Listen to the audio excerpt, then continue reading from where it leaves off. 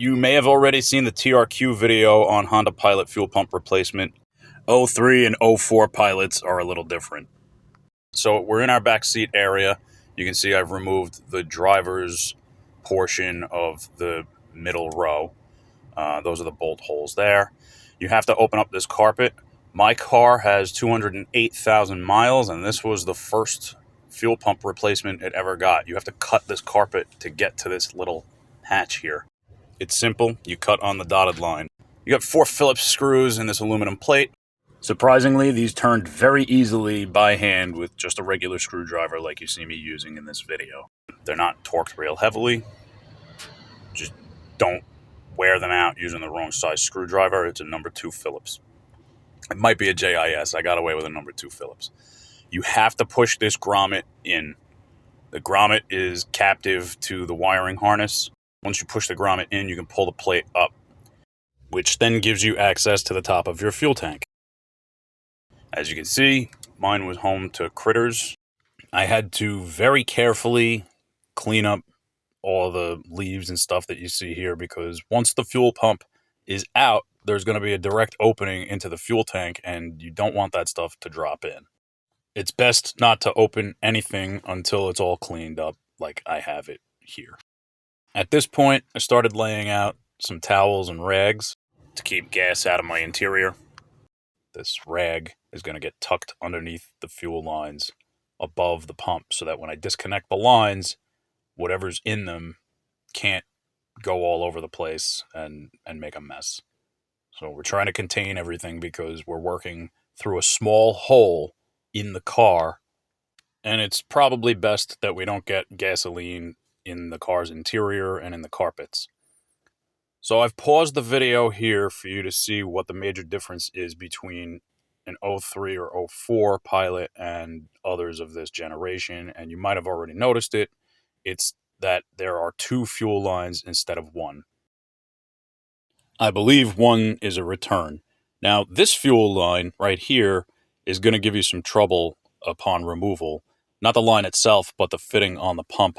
It's going to continue to siphon fuel the whole time you're working. So my recommendation is to leave the line connected until you have the fuel pump retainer ring freed up and you're able to remove the pump from the tank itself. If you try to remove it with a punch, you may break the fins off. I was in danger of that when I did it off camera. You see here, I'm pointing at where I damaged a blade on the retainer ring. I was using this phenolic hammer to avoid making a spark. The whole thing just didn't work, so I went out and I bought the tool. This is the tool from Advance Auto Parts. Here's the part number and the package that it came in.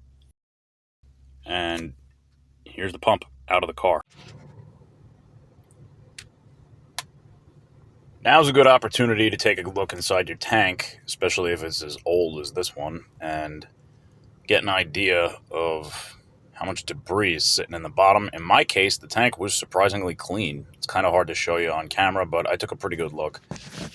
So I went ahead and I put my new pump in, and I didn't show you that process because it was very messy. When I said that the old pump was siphoning through that fuel fitting, what I didn't realize was that the new one was also going to do that.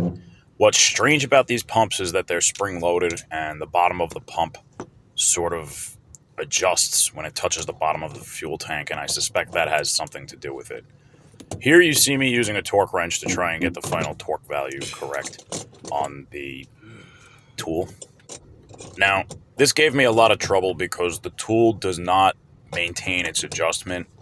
It has 3 separate fins that slide over the blades on the edge of the retainer ring for the fuel pump itself, and they don't all tend to stay put.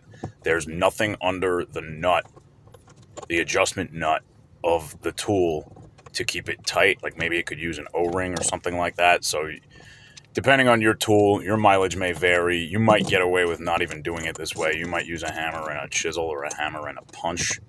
I recommend doing that very, very slowly and very cautiously, because you probably are going to start to break blades off of the retainer ring, and then you might be stuck.